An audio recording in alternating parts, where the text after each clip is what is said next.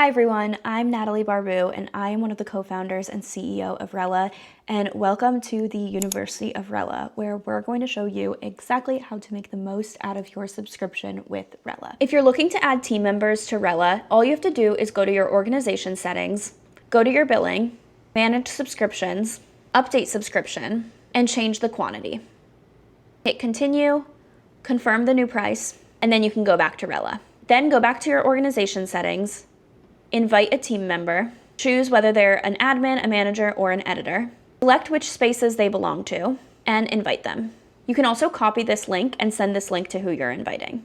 If you want to see which team members are a part of which spaces, just scroll down and select each space to see who's invited. If you want to add an existing member to your social space, go to your social space settings, team members, hit this plus sign, and invite an existing member to that social space. You can now assign them to content or to tasks and tag them in the activity section. And each team member will have their own login credentials.